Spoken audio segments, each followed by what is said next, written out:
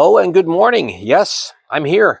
Didn't think I was going to be, but then my necessity for travel got canceled out today. So, yay.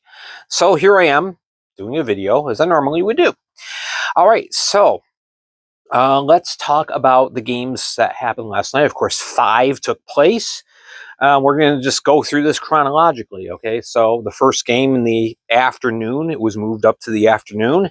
The Thunderbirds host the Bobcats, back end of the home and home. And early on, this game was decidedly in favor of the Bobcats, even though at one point it was only 3-1. The Bobcats were running circles around the Thunderbirds on the ice. It's a fact. And then one event, what you see there on the thumbnail, changed the whole course of the game. And I've never seen a fight impact a team that heavily. This after Melanson, the remaining 6+ minutes plus overtime, it was a different team out there. The Thunderbirds of old were back, and thanks to Caleb Melanson. I am not an advocate for fighting. Now, I think fighting is a necessity at times, but there's a lot of pages out there that are dedicated to fighting and kind of glorify it. And I personally am not into that. If you are, that's fine. That's your prerogative. It's just, for me personally, I don't get a big kick out of it. But this one had a deep impact on the Thunderbirds, and it really did change the course of the game. Early on, it's all Blue Ridge, even though it was only 2-1 for quite a while.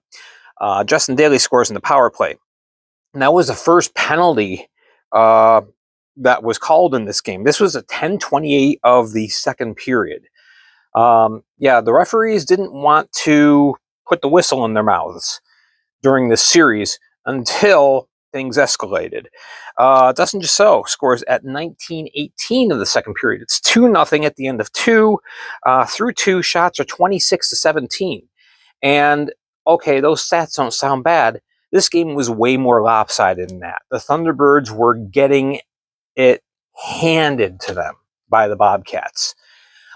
In the third period, Zach White scores early to get the Thunderbirds close, but then they kind of started to sputter, and there just wasn't much happening until Robin Eriksson ends up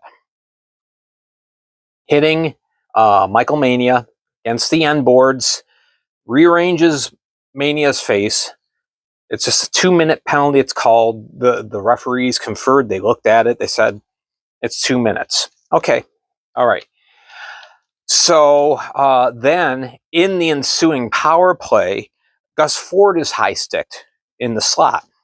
No call. The Thunderbirds at that point had had enough.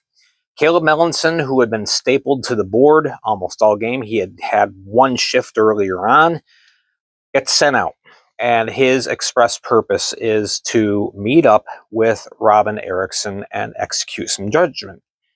And he did. And that fired up the Thunderbirds in a way I've not seen a single fight fired up a team. Melanson is led to the box, sits down. Corey Cunningham comes to bring him his gloves and sticks, hugs him. Then, okay, the referees decide, Melanson, you're done for the game. 5 minutes plus the 10.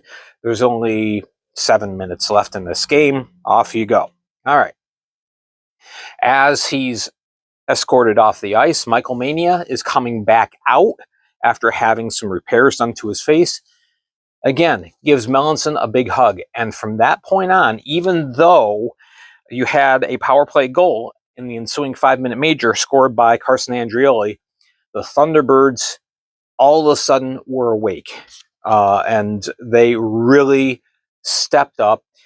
Next thing you know, Roman Kramer makes it 3-2, 16-19. They pull Babbitt, and next thing you know, Jan Salak scores with the extra attacker. It's tied up. And we go into overtime, and Roman Kramer seals the deal. It's a 4-3 comeback victory for the Thunderbirds. And dare I say, the reason why they won was because of Caleb Melanson. I think he's finally found himself a home. He's bounced around a lot around the league. I think he's home now.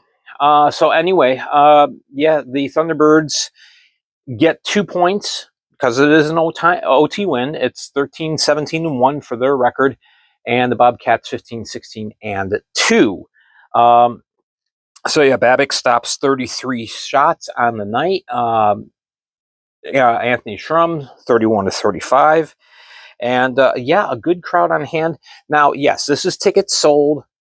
I'll just go off on this point. This is tickets sold, not actual butts in the seats, but the crowd was pretty good for a 2:30 game.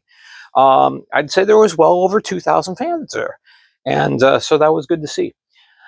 So anyway, enough about that game. Let's talk about the game that everybody wants to hear me talk about, and that is Binghamton getting shut out at home. Parker Rutherford, yep, puts up a donut against the Black Bears. And I've got to say, the PD IceCats played just about the perfect game defensively. Their forecheck was good. Their back check was good, although they didn't have to back check all that often. They weren't giving up odd man rushes. They were clogging up the passing lanes. PD played just about the perfect game on the defensive end, which gave them the ability to do a few things on the offensive end and end up with a shutout win. Yep, 4-0 against in front of a sellout crowd in Binghamton, and that is the first time that Binghamton has been shut out at home since March 10th of 2023, my friend Bob told me. So, yeah, there you go. So Dominic Marcinkiewicz, he scores early, very early. It was just 3:50 in, and the Black Bears are down, and they just never were able to get it going. It seems like every attempt they had was thwarted, so that forced them into taking a lot of shots from the point, a lot of shots from way out on the wing. Most of Binghamton's shots were either from the blue line or along the half walls. Very few chances in close, in the slot, very few high danger chances. And Parker Rutherford was able to see a lot of stuff, but he also did make a couple of really, really big saves and kept the donut on the board. So anyway, Patrick Marcinkiewicz. Oh, I'm sorry. You know what? I mentioned the wrong person. I'm looking at Dominic Marcinkiewicz. He scored later. It was Alexander Lakov, set up by Dominic Marcinkiewicz. Nice 2-on-1 rush. Binghamton was caught a little flat-footed defensively. And so Lakov, he's the one that scores the first goal. Then Patrick Marcinkiewicz scores at 10-10. So it's 2-0 at the end of one. Shots are only 9-7. When you hold the Binghamton Black Bears to just 9 shots on goal at their home arena, you've done something right. Second period, shots are only 9-5 in favor of Binghamton again. But again, there's only 18 shots on goal given up. In that second period, no scoring. In the third period, Binghamton got a lot more shots on. They got 17 shots on goal. But again, not many were high danger chances. I'd say maybe 3 out of the 17 were saves that Rutherford had to make, and he did. In the meantime, Dominic Marcinkiewicz scores at 3:44. It's 3-0, and at that point, you just got the sense PD's got this. And then we have an empty net goal by Denny Zychek, 18:38. So yeah, you have a 4-0 shutout. So PD, they've shown that they can beat the big clubs. They beat Athens a couple weeks ago. They beat Binghamton last night. And so they improved to 12, 17, and 3. Now, the important thing with them is they've been tied with Twin City in points for almost a month. Twin City got 2 points. PD got 3. So PD right now is in 4th place in the Continental Division. Binghamton, they're still atop the division, but this is going to sting for a while for the Binghamton Black Bears. They're 34-0. Dominic Tabay just losing for the second time this year, saving 13-16. It's a 35 save shutout for Parker Rutherford. And if anyone was going to shut out the Binghamton Black Bears, I am glad that it was Rutherford. He had a super rough year last year with the Dashers. Yeah, he got the start this year with Indiana when Indiana was just an absolute mess. And he's found his way to a team that has a shot at winning some games. And he's performed well. He's now 2-0. So congratulations, Parker Rutherford. I'm glad for him. I'm happy for him. So there we go. All right, let's go on to the rest of the games. Speaking of donuts, they were going around 5-0 in favor of Columbus, and this followed the script of the game on Friday night. The second period was the Zidico's undoing. Just like Friday night, it was a scoreless first period. In the scoreless first period, both Connor Green and Trevor Babin just put on a clinic. Both goalies putting up the most amazing saves. And they're trading incredible saves, highlight reel saves. It was beautiful. Brian Flores, who, as he said on his broadcast, just absolutely loves goalies. That goalies are his favorite. He was having a blast with the broadcast. So anyway, it was a much busier night for Connor Green than it was for Trevor Babin. But it's incredible Babin was playing last night.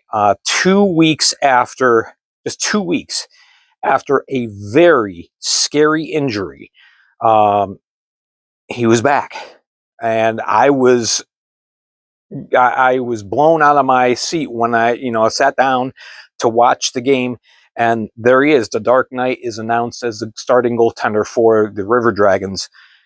I was amazed.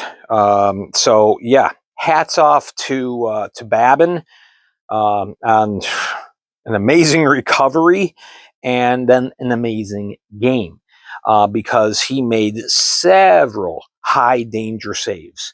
So did Connor Green. Unfortunately, he got peppered in the second period. Got peppered in the first period, too. First period was 16 shots on goal. Second was 19. And he just kept making incredible save after incredible save after incredible save, but a couple leaked by him. You had Tyler Barrow scoring at 1:51. Cody Wickline with a quick response goal at 2:31 to make it 2-0. And then Ryan Hunter, he was back, gets on the board at 7:41 or 7:47. So again, yeah, 3 relatively quick goals in succession in that second period, and the Zidico kind of fell apart, and they didn't recover. Offensively, they just didn't recover. The night began to become easier for Babin. He made most of his big saves in the first half of the game. He did come up with a couple of big ones late, but most of the saves were pretty easy to track, pretty easy to make in the second half. In the third period, we had Ryan Hunter scoring again on a shorthanded breakaway, 4:04, and then Alex Sturgeon closed out the scoring. At 17:15, Sturgeon had a very good weekend. Shots in the third period, 25-8. Oof. And so 60 shots altogether for Connor Green. He saved 55. Excuse me. And he worked for those 55 saves. So one of the better goaltending performances I've seen in a losing effort by Connor Green last night. Both, again, fantastic. And I was thrilled to be able to watch. I'm watching this game. I'm watching this game, and I'm watching these goaltenders going, this is incredible. So the Zidico 6-19-6, and Columbus improves to 19-11-3. Obviously, having Hunter back is absolutely monstrous for them. They need his offense. So yeah, he had a couple goals and an assist on the night. All right, so Babin with a 31 save shutout. And again, it's amazing. He was back just 2 weeks after. If you go back and watch the injury, when the injury happened, um, I mean, I'm kind of surprised that, you know, he even came back out in that game after the incident. But yeah, totally incredible. All right, in this game, got away from the Wolves very early and stayed out of reach, basically. Danbury earns a sweep over the Wolves, and this was really, really big for Danbury, trying to improve their position, trying to keep up with the Blue Ridge Bobcats for a playoff spot, but they're also trying to create some separation between these guys, because the Wolves have been either right in front of them or right behind them, very close, all season long. Yeah, Dustin Henning, career game. I missed the highlight from Friday night's game. So last night was game 501 for Dustin Henning. Congratulations, that is an amazing milestone. He is only 30 games behind Joe Pace for the most games played by anyone career in the FPHL. You figure he'll get another 20 games in this year. And so, you know, can he come back next year and play a dozen games? Yeah. I know he's 41, but he's playing well.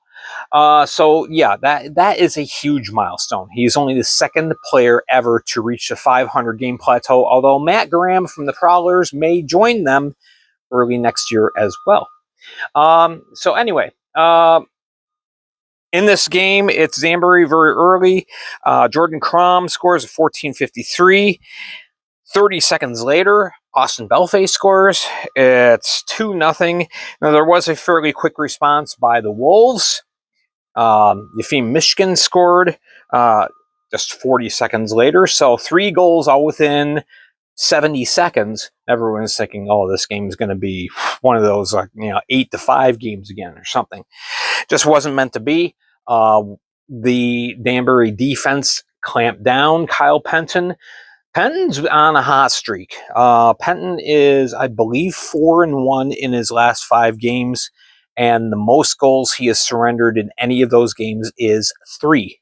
So he is playing extremely well right now.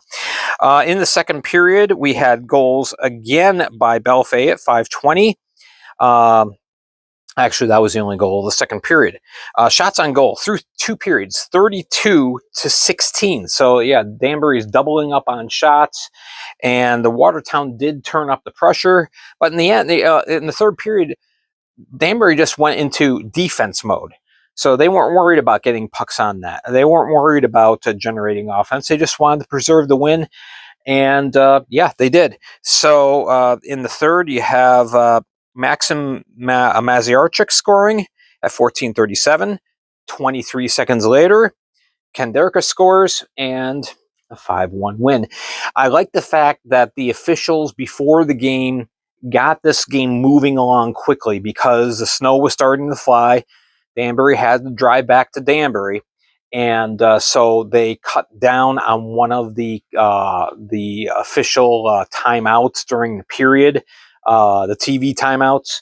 They cut down on that. They kept the game moving along really well. The players didn't get involved in any shenanigans. They just wanted to get the game played and done. And anyway, in the end, Danbury ends up improving to 14-17-3, getting a little closer to the Bobcats. More importantly, they have now created a 7-point cushion between them and Watertown Wolves, who fall to 9-18-4. All right, so final game. And this was a very late game because of the Silver Stick tournament that Port Huron was hosting earlier that day. Very big event for youth hockey. And so the game time got pushed back to 8:05. And Indiana, they didn't really show up until late in the game. By that time, it was too late. Bobby Price, he scores 17:48 of the first period. Be the first of the three as he gets his hat trick. Second period, Artu Heikala scores on the power play. 6:11, excuse me. That's a terrible one. All right, 6:11 in the second period, and then you had Bussell scoring at 13:51. It's 3-0 at this point. You got the sense that it was going to be a very long night for Indiana. Became 4-0 as Price rifles a missile past John Werber. Shattered Werber's water bottle. I mean, it didn't just knock the water bottle off the net, it shattered it, broke it into pieces. The officials had to spend about a minute and a half picking up pieces of plastic water bottle off the ice. What a shot. And that was shorthanded too. So Price got goals in 3 different ways. He scored his first goal, conventional 5-on-5. He scores the shorthanded water bottle popper. And then third period, 2:40 on a 5-on-3 situation as Indiana gets themselves into some penalty trouble. Price scores in that power play. So there you go. Richard Colarusso scores at 9:37 to break up the shutout bid by Cooper. And it would have been interesting having 3 shutouts on the same night. I think there was one day last year where we had three shutouts in the same day. I'm not totally sure of that. I know we had 2, and we had 2 last night. But Cooper again playing very well. Saves 24-25. There's just that one by Colarusso that sneaks by, and that was about the only drama left for the game. Is okay? Does the Prowlers get the shutout? No, but. Kind of a nasty game. Again, this is don't let the records fool you. These 2 teams do not like each other, and it comes out a lot. So yeah, quite a bit of pushing and shoving incidents, a few fights, and there you go. In the end, the Prowlers improved to 20-12-0, and Indiana 6-20-4. Great crowd on hand despite the weather. Again, I'm sure a lot of it was because of the Silver Stick tournament, but still, that's great. That's great. That's great for the game. It's great for the youth playing the game. And there you go. So that is it for our recaps. Stars and standings will be coming out. I'll end up putting it out later today. And then Thursday is the big video, the premiere of the big video, the Fed Flash Face-Off. And I hope you enjoy it. All right. Thank you so much for watching. Stay safe today. Take it easy. If you got to go out and shovel or chip out your car, whatever, please be safe. Be careful.